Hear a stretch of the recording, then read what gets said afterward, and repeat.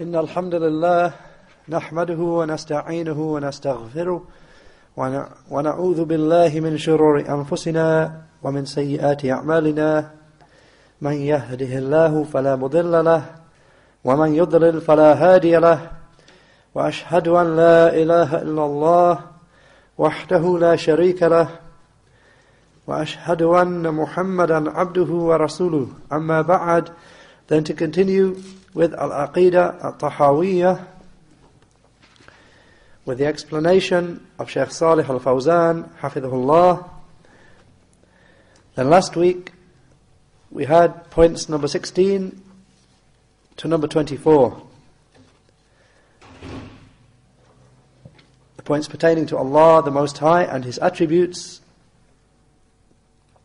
ما زال بصفاته قديما قبل خلقه. He has always had His attributes before His act of creation. لم يزدد بكونهم شيئا لم يكن قبلهم من صفته. He was not increased in anything by the creation of the creation that was not already His attribute. وكما كان بصفاته أزليا كذلك لا يزال عليها أبديا. And just as He has always possessed His attributes, then likewise He will always possess them forever. ليس بعد خلق الخلق استفاد اسم الخالق. He did not acquire the name, the Creator, after the creation of the creation. ولا بإحداث البرية استفاد اسم الباري. Nor did He acquire the name, the originator and maker, after giving existence to the beings. له معنى الربوبية ولا مربوب ومعنى الخالق ولا مخلوق. He possessed the meaning of lordship and nurturing without there being any slaves present. And He possessed the meaning of being the creator without there being any creation. وكما أنه محيي الموتى بعدما أحيا استحق هذا الاسم قبل إحيائهم كذلك استحق اسم الخالق قبل إنشائهم. And just as He is the one who is the giver of life to the dead after He gives them life, then He deserved this name before He gave life to them. And likewise He deserved the name the Creator before He created and produced them. ذلك بأنه على كل شيء قدير. That is because He has full power and ability over everything. وكل شيء إليه فقير. And everything is totally dependent upon Him. And the author at-Tahaawee, rahimahullaah, he continues with the next point, point number 25, continuing, وَكُلُّ أَمْرٍ عَلَيْهِ يَسِيرٌ. And every affair is easy for Him. Meaning that every affair is easy for Allah. Every single affair is easy for Allah. وَكُلُّ أَمْرٍ عَلَيْهِ يَسِيرٌ. And every affair is easy for Him. Shaykh al Fawzan said, beginning by quoting an ayah in that regard, إِنَّمَا أَمْرُهُ إِذَا أَرَادَ شَيْئًا أَن يَقُولَ لَهُ كُن فَيَكُونَ. Surah Yasin, the 36th surah, ayah 82. With the explanation, His affair, if He wills something, is just that He says to it, be, and it is. Shaykh al Fawzan said, so He gives life and gives death, and He creates and gives provision, and He gives and He withholds. and He gives life to the dead after they have passed away. And that is easy for Him. He, the perfect and most high. All of that is easy for Him. He, the perfect and most high. Nothing is a burden for Him, and nothing is difficult for Him. Contrary to the creation.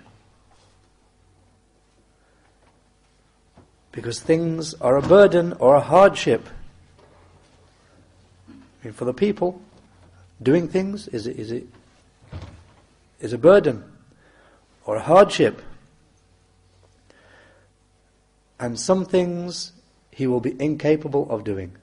As for a person from the creation, then some things are hard for Him to do, or they're a burden upon Him, they require effort from Him, and there's other things that He's incapable, He can't do them. But as for Allah, then there is nothing difficult for Him. Nothing is difficult for Him. And He quotes the ayah, مَا خَلْقُكُمْ وَلَا بَعْثُكُمْ إِلَّا كَنَفْسٍ وَاحِدَةٍ Surah Luqman, the 31st surah, ayah 28. With the explanation, the creation of you all and the resurrection of you all is just like that of a single soul. And as an extra point, as we had this ayah before, we also mentioned as a side point what at-Tabari brings with a good chain of narration from the famous Tabi'i, the famous Mufassir from the Tabi'een, famous student of Ibn Abbas, Mujahid. That Mujahid, rahimahullaah, he said about this ayah, مَا خَلْقُكُمْ وَلَا بَعْثُكُمْ إِلَّا كَنَفْسٍ وَاحِدَةٍ the creation of all of you and the resurrection of all of you is just like that of a single soul. Mujahid said, يَقُولُ كُن فَيَكُونُ لِلْقَلِيلِ وَالْكَثِيرِ It is just that Allah says be, kun, and it is. Whether it is something, a small amount or a great amount.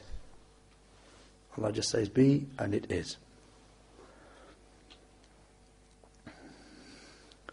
Then at-Tahaawee, rahimahullah, he continues in what is brought here as the 26th point, لا يحتاج إلى شيء He has no need of anything. Allah has no need whatsoever of anything. Shaykh al Fawzan said, Allah, the one free of all imperfections, is ghani. He is totally independent of everything. So Allah has no need of the creation. Since He is Al-Ghani, the independent one, free of any need. So He it is who is the one who gives to the creation. He, the one free of all imperfections.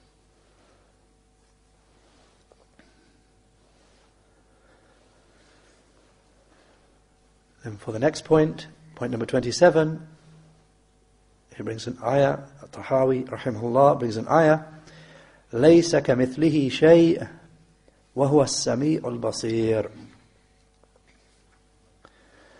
The ayah from Surah Ash-Shura, the famous ayah that we should all be aware of, and aware of how this ayah is an evidence.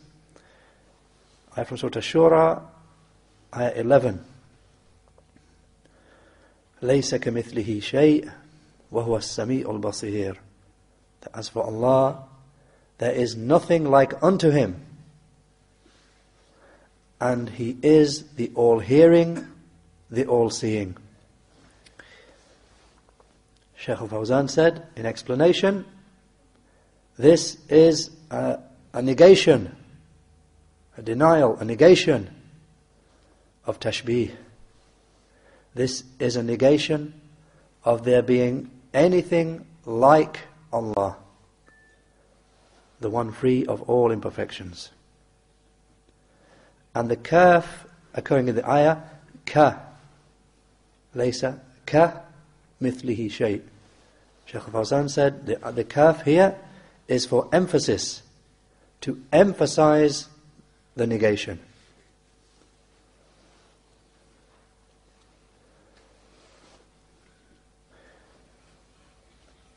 Like as occurs in a different ayah, وَكَفَى بِاللَّهِ عَلِيمًا, Surah An-Nisa, the 4th surah, ayah 70.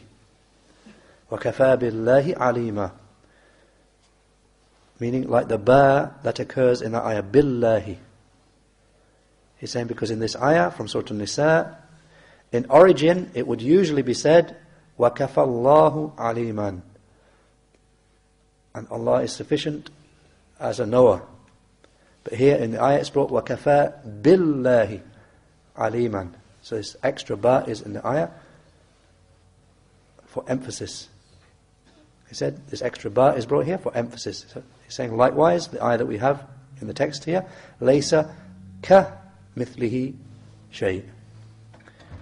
So that kaf there is for emphasis, to emphasize that there is nothing like unto him, to stress upon that. Then he said, Shaykh al Fawzan, and nothing whatsoever resembles him, not the angels, and not the prophets, and not the messengers, and not the beloved servants of Allah, nor any created being. So that's the first part, what's indicated in the first part of the ayah, لَيْسَ كَمِثْلِهِ شَيْءٍ. There is nothing like unto him. There's nothing like Allah. As the Shaykh just said, no angel, no prophet, no messenger, no beloved servant, nor any created being whatsoever. وَهُوَ السَّمِيعُ الْبَصِيرُ. The end of the ayah, وَهُوَ السَّمِيعُ الْبَصِيرُ. And he is the all-hearing, the all-seeing. The Shaykh said, so he called himself As-Sami', the all-hearing one, Al-Basir, the all-seeing one. So then he makes the point that we've had, but it can never be emphasized enough. He said, so the beginning of the ayah, when he says the beginning of the ayah, meaning, لَيْسَ كَمِثْلِهِ شَيْءٍ, there is nothing like him. The Shaykh said, so the beginning of the ayah contains a refutation of the mushabbihah, those who liken Allah to the creation. And the end of it contains a refutation of the mu'attilah, those who deny Allah's attributes. Obviously the end of the ayah meaning, وَهُوَ السَّمِيعُ الْبَصِيرُ, and he is the all-hearing, the all-seeing. That contains a refutation of those who deny attributes for him. And it indicates, then he makes the third point, which we should also know very well. And it indicates that affirming his names and attributes does not necessitate resemblance to the created beings. So the hearing and seeing of the created beings does not resemble the hearing and seeing of Allah, the Mighty and Majestic.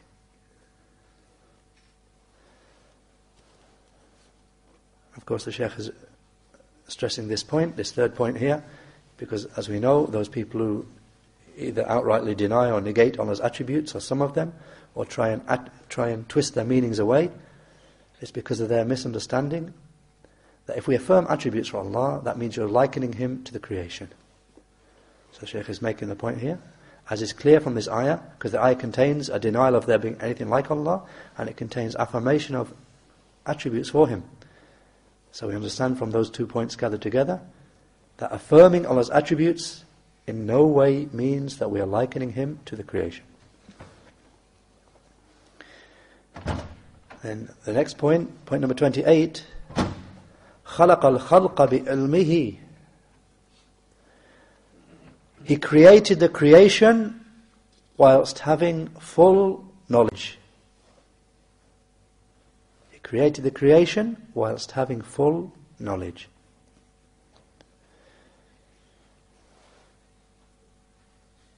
And just in case someone wonders why I translated this phrase this particular way, then Ibn Abil Izz, in his larger explanation, then he said with regard to this phrase, خَلَقَ الْخَلْقَ بِإِلْمِهِ, he said, meaning, he created them having full knowledge of them.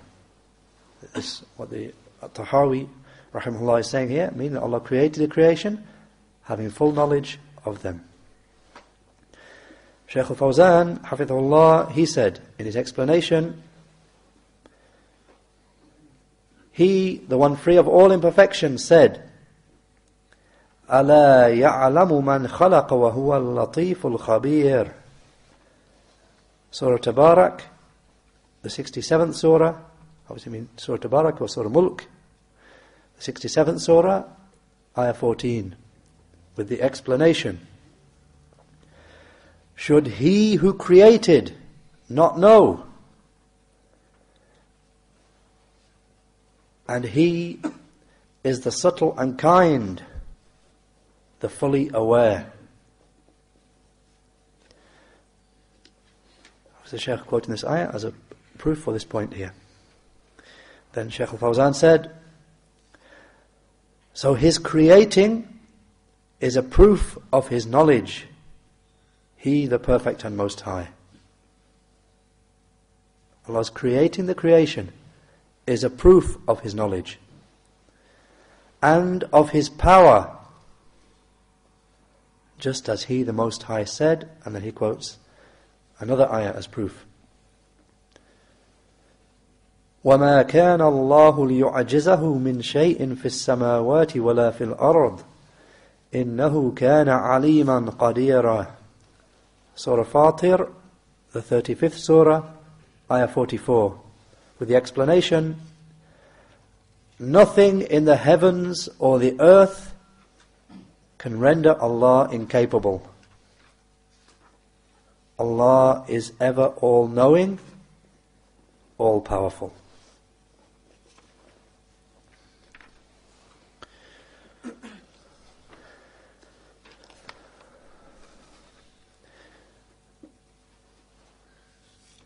And that's where Shaykh al Fawzan ends explanation on this particular point. And as an extra point, then Ibn Abil Izz, again in his larger explanation, in his famous explanation, he goes into the issue here, which I'll just mention briefly, in refutation of the Mu'tazilah. And they're like those who say that Allah, they don't affirm that Allah knew about His creation before He created them. And indeed, the Mu'tazilah, they don't even affirm knowledge for Allah at all. To the extent that one of them, in a debate that's quoted from him, Wallahu a'lam about the authenticity of the chain of narration, but they mention, and the Mu'tazilah do mention, when it's said to them, affirm for Allah knowledge, then they responded, what we say is, we don't say He's ignorant. We won't say that Allah is ignorant. So they're told, then say that Allah has knowledge. But they withhold, they won't even affirm that for Allah. Because of their evil principle of denying attributes for Him. They can't even get it in themselves to affirm even knowledge for Allah. So they just say, we'll say that He's not ignorant. So then it was said to them, then you've not affirmed anything for Allah. You've not affirmed any perfection for Him then. If you won't even affirm knowledge for Him, all you'll say He's not ignorant. Saying that someone is not ignorant is not praise of that person. And as they say, as some of the people said in this matter, they say, because you can say about a brick wall, the brick wall is not ignorant. Because the brick wall is not ignorant because it can't be ignorant. So saying that something is not ignorant is not praise, unless you add to that, because we affirm knowledge. So the Mu'tazilah, these evildoers, some of them wouldn't even affirm knowledge for Allah. Free is Allah and far above what they say about Him and attribute to Him. Then with regard to the next point, point number 29, so here of course we had the point Tahaawee brought, خَلَقَ الْخَلْقَ بِعِلْمِهِ, that Allah indeed created the creation whilst having full knowledge, meaning complete knowledge of them. whatever they were and whatever they will be, and so on. And with regard to point number 29, وَقَدَّرَ لَهُمْ أَقْدَارًا, and He decreed fixed limits for them. And He decreed fixed limits for them. Shaykh al Fawzan said, so Allah the mighty and majestic, Allah the majestic and most high, decreed the fixed limits. Of this point, qaddara, relating to qadr. Allah the mighty, or rather Allah the majestic and most high, decreed the fixed limits. And things do not come into existence without pre-decreed limits. Then Shaykh al Fawzan quotes a proof for that. وَإِن مِّن شَيْءٍ إِلَّا عِنْدَنَا خَزَائِنُهُ وَمَا نُنَزِّلُهُ إِلَّا بِقَدَرٍ مَعْلُومٍ. Surah Al-Hijr, the 15th surah, ayah 21. With the explanation, there is nothing except that its stores of provision are with us, and we do not send it down except in accordance with a pre-decreed measure. إِلَّا بِقَدَرٍ مَعْلُومٍ. Except, we don't send it down except in accordance with a known pre-decreed measure. Shaykh al Fawzan said, so everything is preordained by Allah with set limits and forms that will not change or vary. So Allah decreed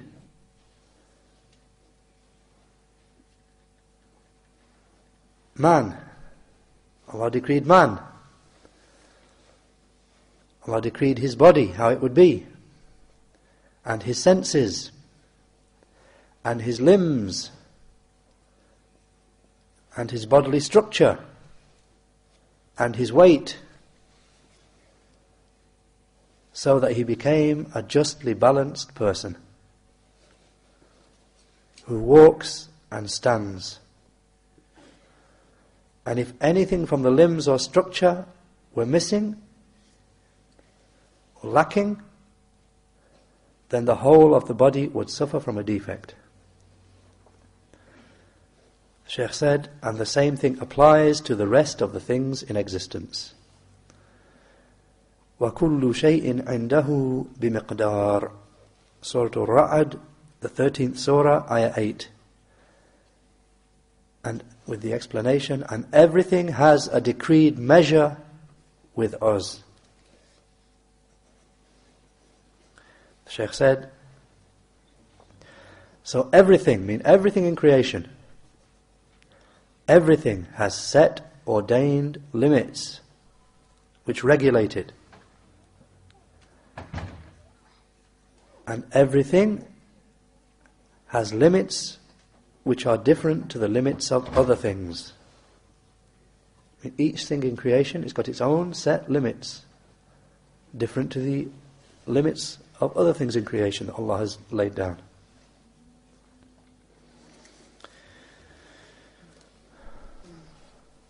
And that's where Shaykh al Fawzan ends explanation of this point. And as a further point here, Ibn Abil Izz, in his larger explanation, he mentions an evidence for this point. وَقَدَّرَ لَهُمْ أَقْدَارًا, and Allah laid down fixed limits for them. As evidence for this, Ibn Abil Izz quotes a proof from the Sunnah that everything in creation has a limit which Allah laid down for it before its creation. So he quotes the hadith reported by Muslim from a hadith of Abdullah ibn Amr radiyallahu anhuma from the Prophet sallallahu alaihi wasallam that he said, قَدَّرَ اللَّهُ مَقَادِيرَ الْخَلْقِ قَبْلَ أَنْ يَخْلُقَ السَّمَاوَاتِ وَالْأَرْضِ ب50,000 سنة وَكَانَ عَرْشُهُ عَلَى الْمَاءِ. From Abdullah ibn Amr radiallahu anhuma, that the Prophet sallallahu alaihi wasallam said, Allah pre-decreed the limits for the creation, the fixed limits for the creation, before He created the heavens and the earth by 50,000 years. And His throne was upon the water. وَكَانَ عَرْشُهُ عَلَى الْمَاءِ. And Allah's throne was upon the water. Then for the next point, obviously we can see these points are all, as last time, all these points are connected. So as for point number 30, وَضَرَبَ لَهُمْ آجَالًا. And He laid down fixed time spans for them. Shaykh al Fawzan said, so the created beings have lifespans and they have an end. He, the Perfect, said, كُلُّ مَنْ عَلَيْهَا فَانٍ وَيَبْقَى وَجْهُ رَبِّكَ ذُو الْجَلَالِ وَالْإِكْرَامِ. Surah Al-Rahman, the 55th surah, ayahs 26 to 27. With the explanation, everyone upon the earth will pass away, and the face of your Lord, possessing majesty and honor, will remain. And the Shaykh quotes a second evidence. He said, and He, the Perfect, said, كُلُّ شَيْءٍ هَالِكٌ إِلَّا وَجْهَهُ. Surah Al-Qasas, the 28th surah, ayah 88. The explanation, everything will perish except for His face, except for Allah's face. And if we remember, then Shaykh al Ibn Taymiyyah used both these two same ayahs as evidence for the same matter, or he used both these ayahs rather in Al-Aqeedah al-Wasitiyyah as evidence for proving an affirmation of Allah's face. Shaykh al Fawzan said, so everything has a limited lifespan set by Allah, the Perfect. Either a short lifespan or a long one. And he quotes a proof for that as well. He said, He, the Perfect, said, وَمَا يُعَمَّرُ مِن مُعَمَّرٍ وَلَا يُنْقَصُ مِنْ عُمُرِهِ إِلَّا فِي كِتَابٍ إِنَّ ذَلِكَ عَلَى اللَّهِ يَسِيرٌ. Surah Fatir, the 35th surah, ayah 11. With the explanation, and no aged man, no old man is given long life, nor is a person's life made short, except that it is written in the preserved tablet. Allah al-Mahfuz, the preserved tablet. That is easy for Allah. The Shaykh said, so the lifespans are in His hand. He, the Perfect and Most High. So this proves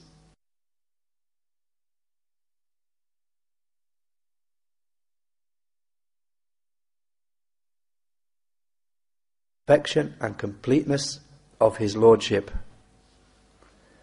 and the perfection and completeness of His power. فَمَا شَاءَ اللَّهُ كَانَ وَمَا لَمْ يَشَأْ لَمْ يَكُنْ. So whatever Allah willed happens, and whatever He did not will does not happen.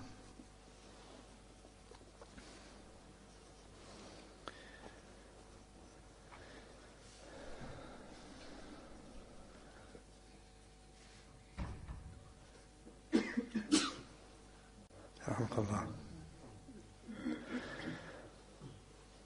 And with regard to the next point, point number 31, then for that, the author said, وَلَمْ يَخْفَ عَلَيْهِ شَيْءٌ قَبْلَ أَنْ يَخْلُقَهُمْ. And nothing was hidden from him before he created them. And nothing was hidden from him, meaning from Allah, before he created them, before he created the creation. Shaykh al Fawzan said, rather, he knows all things before they exist. It is not the case that he only knows them after they have happened. So the Shaykh is mentioning here a point. This is a point where the point of deviation of the Mu'tazila and the Rafida Shia, that they claim that Allah only knows things after they happen. That when they happen, when things happen in the creation, when they happen, then Allah knows. So this point is a refutation of the like of their evil saying. The Shaykh made clear here that rather Allah knows all things before they existed, before the people existed. And it is not the case that He only knows them after they occur. In that regard, Ibn Abil Izz says in his explanation, we'll just quote what he quotes, a paragraph in explanation of this point. So he says, since He, the one free of all imperfections, He knows whatever was and whatever will be and whatever will not be. It's a point we shouldn't forget as well. Allah knew whatever was in the past and whatever will be in the future and whatever will not be. Allah knows that as well. If it were to occur, how it would be. And he gives two ayahs to prove this last point. In case someone forgets that point, that Allah knew whatever was and whatever will be, and Allah knows whatever will not be as well. If it were to occur, how it would be. And he quotes two ayahs as proof of that. He said, just as He, the Most High, said, وَلَوْ رُدُّوا لَعَادُوا لِمَا نُهُوا عَنْهُ. Surah Al-An'am, the 6th surah, ayah 28. With the explanation, and if those people were to be sent back to the world, I mean the unbelievers, after their deaths, when they try and make an excuse for them, try and make pleas for themselves and ask to be sent back, and then if we're sent back, we'll do good and righteousness. So Allah the Perfect said, وَلَوْ رُدُّوا لَعَادُوا لِمَا نُهُوا عَنْهُ. And if they were to be sent back, they would go back to doing what they were forbidden from. They would just go and again do what they were forbidden from. So that shows that Allah knew what would happen, that which is not going to happen. Allah knew that it was not going to happen, but Allah knew how it would be if it did happen. The Shaykh said, even though He knows that they will not be sent back, but He informed that if they were sent back, they would return to what they used to do. And he gives a second ayah. Just as He, the Most High, said, وَلَوْ عَلِمَ اللَّهُ فِيهِمْ خَيْرًا لَأَسْمَعَهُمْ وَلَوْ أَسْمَعَهُمْ لَتَوَلَّوْا وَهُمْ مُعْرِضُونَ. Surah Al-Anfal, the 8th surah, ayah 23. With the explanation,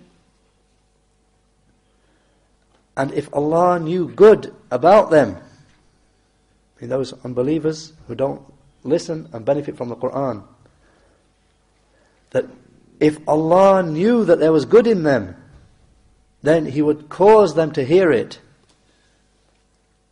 And if He caused them to hear it still, they would still turn away from it, turning away. If that happened, then Allah mentions this is what would be the case. If He made them hear, still they would turn away still. So the Shaykh said, so this contains a refutation of the Rafidah Shia, and of the Qadariyyah, and those who say that he does not know something before he creates it and produces it. And these are matters springing from the matter of Qadr, pre-decree. And that will follow with further explanation, insha'Allah ta'ala, he said.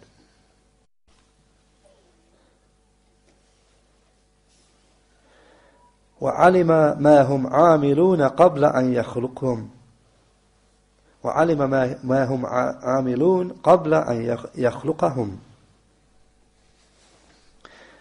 And he knew whatever they were going to do before he created them. Shaykh al Fawzan said, he knew what the servants were going to do before he created them. That this person was one who is going to obey him, and that this person is one who is going to disobey him.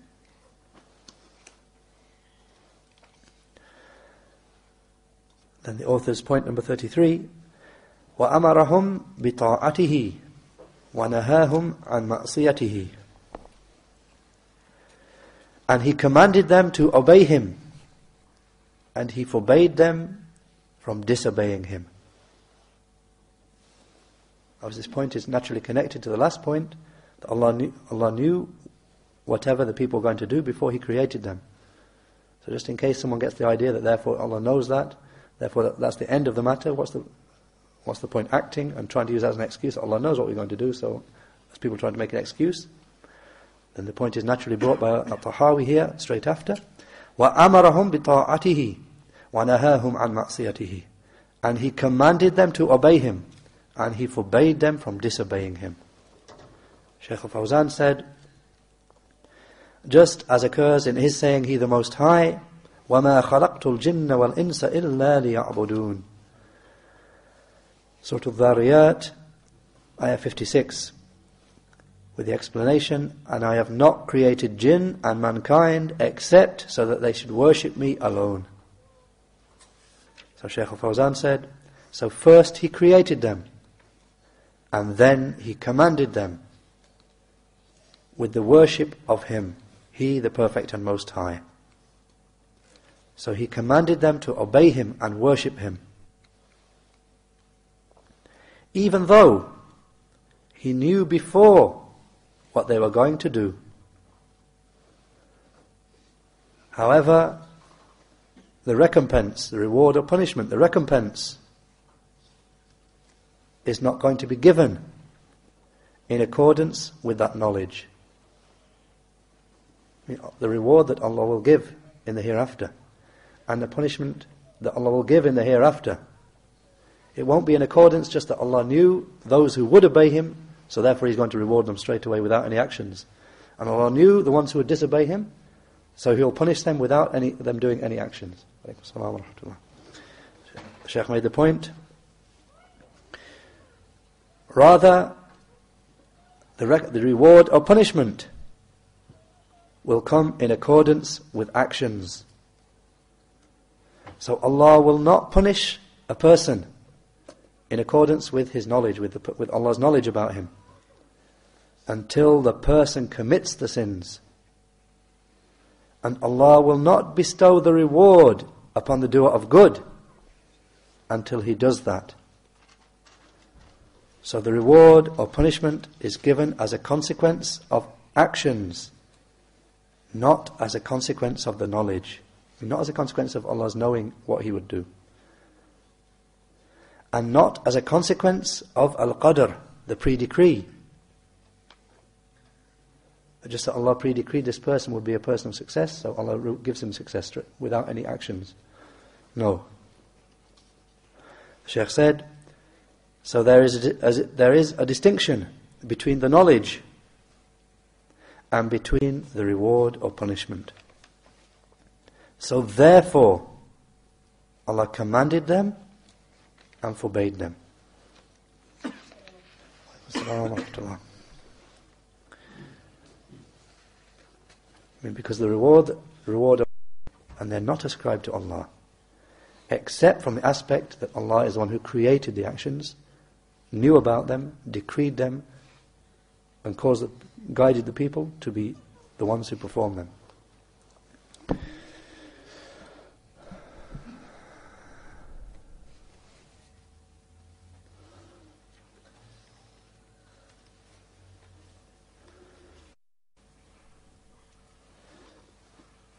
Then, as for point number 34, which is where we'll end for today, inshaAllah, وَكُلُّ شَيْءٍ يَجْرِي بِتَقْدِيرِهِ, and everything occurs in accordance with His pre-decree. Everything occurs in accordance with Allah's pre-decree, His qadr.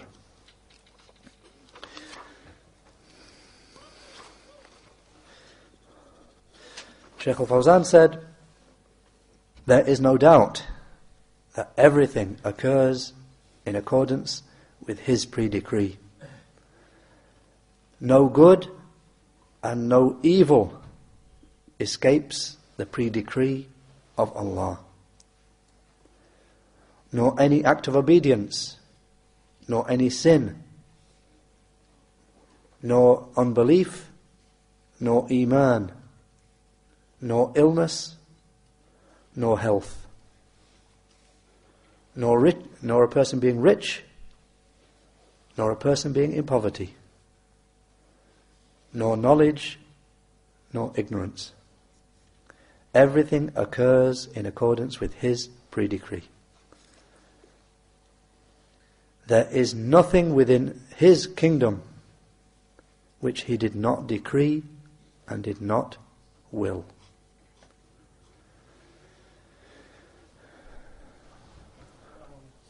Assalamu alaikum walhamdulillah wa sallallahu ala Muhammad.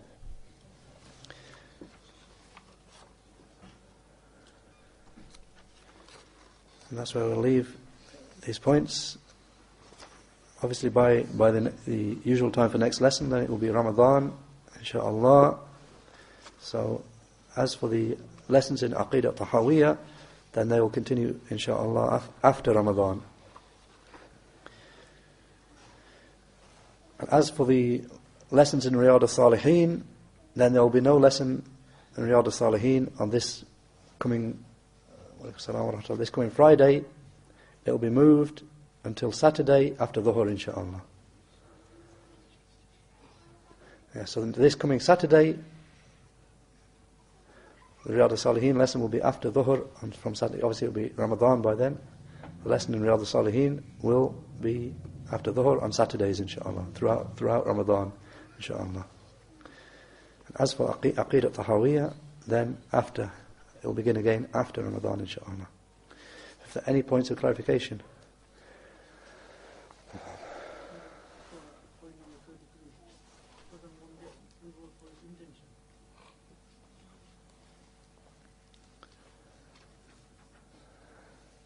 The point that was being made with regard to point number 33,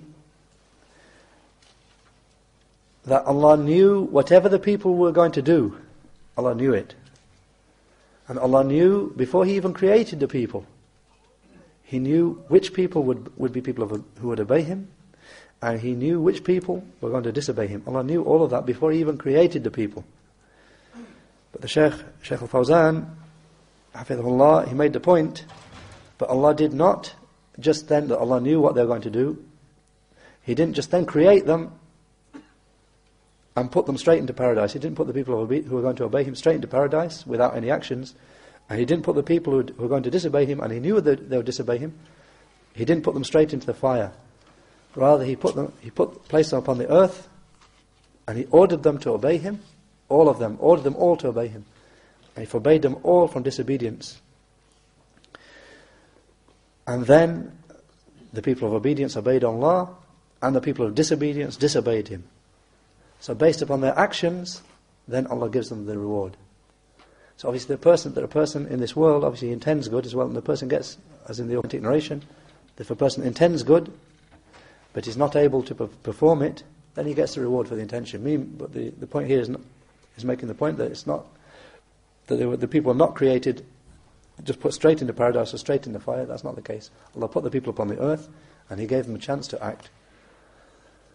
It doesn't mean that people, just by a person intending good, it's not a negation of that, a denial of that. Rather, it's authentic in the hadith. If a person intends good, and is prevented from performing it, then he gets the one reward. He gets the reward for that.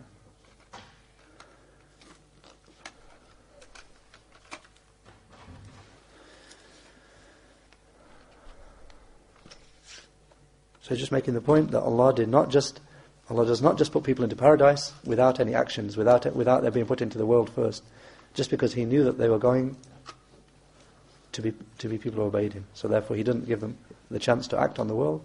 He doesn't try or test them. And likewise the people of the fire, even though Allah knew that they would be people who disbelieved in Him, but Allah didn't just put them straight into fire, as create them and put them in the fire straight away. Rather He gave them the chance upon the earth.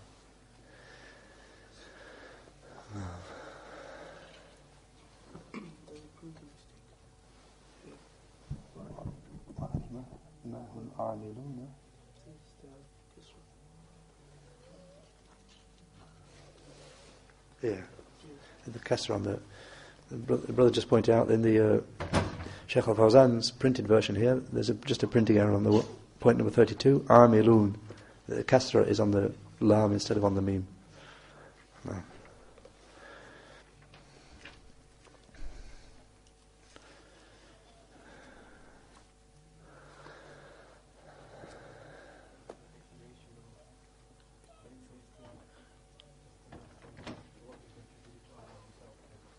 Yeah.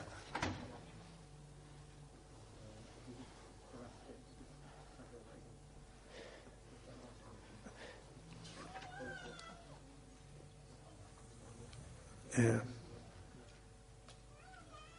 Point number 33. Yeah. With regard to point number 33, and the last line of the explanation, Shaykh made the point, so the servant, the person, فَالْعَبْدُ هُوَ الْمُصَلِّي وَالْمُزَكِّي.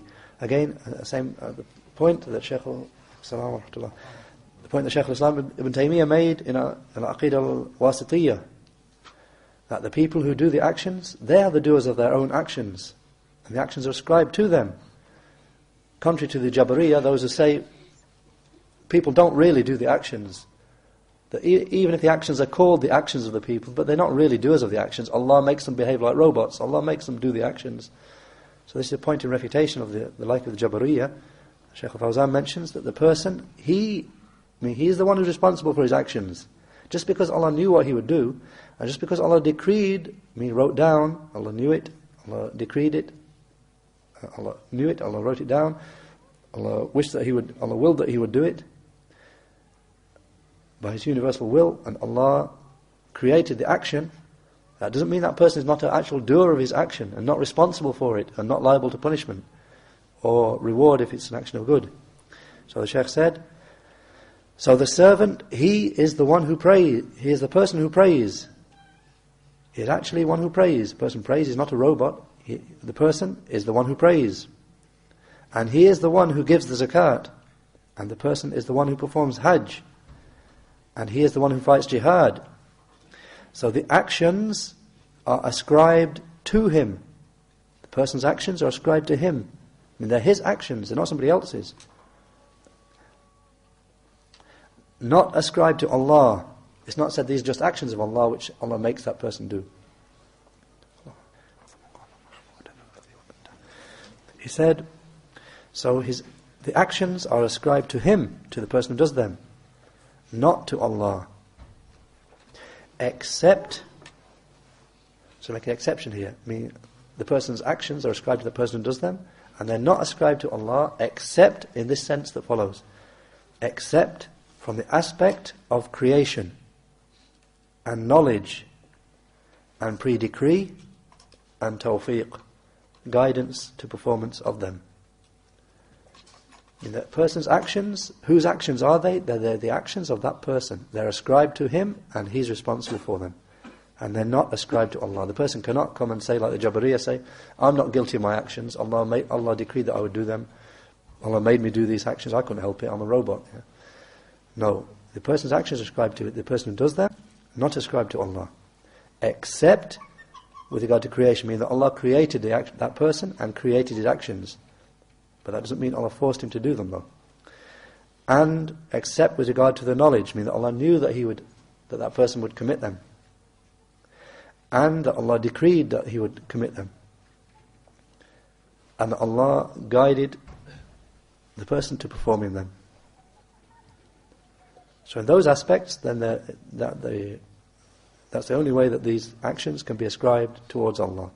Meaning the action that Allah knew, created them, knew about them, decreed them, and guided that person to performing them. But as for the person who did the actions, then the person did them. Who's responsible, then the person is responsible.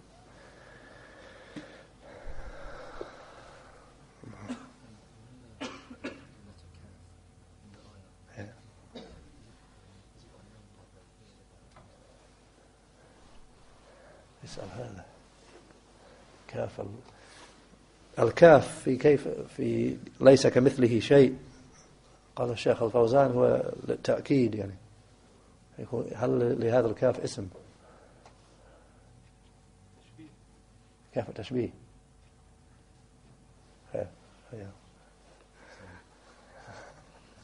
see him afterwards إن شاء الله جزاك الله خير.